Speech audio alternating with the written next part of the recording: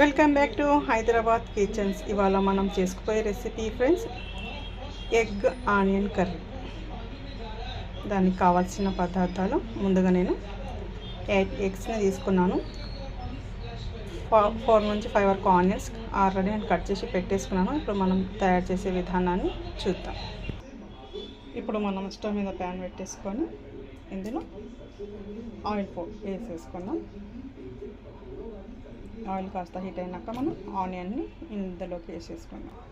Oil మనకు కాస్త heat అయింది కదా, ఇందులో ఇందాక కట్ చేసి పెట్టుకుని సన్నగా ఆనియన్ ఇందులోకి వేసేసుకున్నాం. వేసుకొని ఇది కాస్త మనకు బ్రౌన్ కలర్లో వచ్చే వరకు ఫ్రై చేసేసుకున్నాం.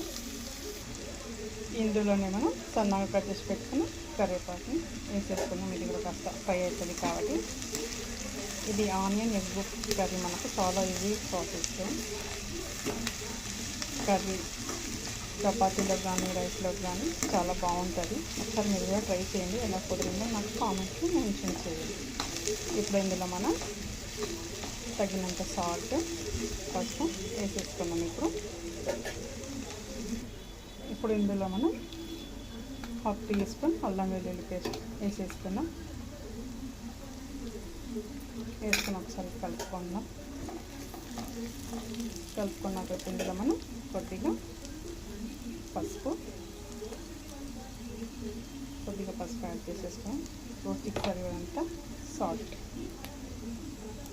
సాల్ట్ చూసి వేసుకుందాం. ఇది మనకు కాస్త ఫ్రై కానివ్వండి. ఇవన్నీ వేసేసుకుని ఒకసారి బాగా కలుపుకుందాం. మనం ఈ ఆయిల్లో కాస్త ఫ్రై అయితే మనకి పచ్చి వాసన అనేది పోతుంది. కాస్త మనం ఫ్రై అయినాక ఇందులో కారాన్ని యాడ్ చేసేసుకున్నాం.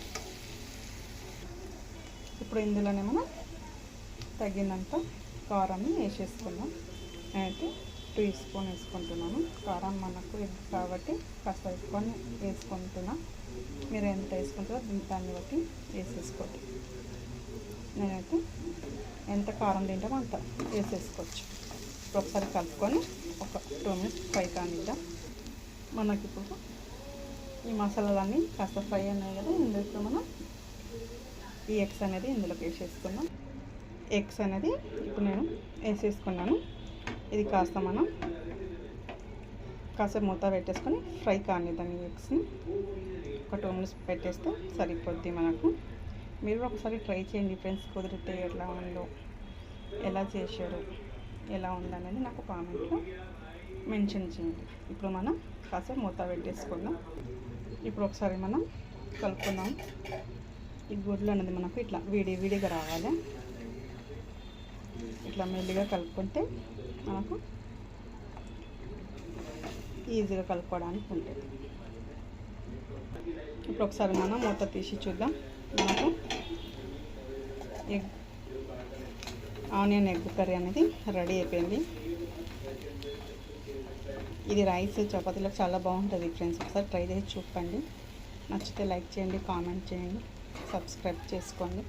లాస్ట్లో ఇందులో మనం కొత్తిమీర సన్నగా కట్ చేసి పెట్టుకున్నాం. కొత్తిమీరని యాడ్ చేసేసుకొని బంద్ చేసేసుకున్నాం. సర్వింగ్ బౌల్లోకి తీసేసుకున్నాం. ఇప్పుడు మనం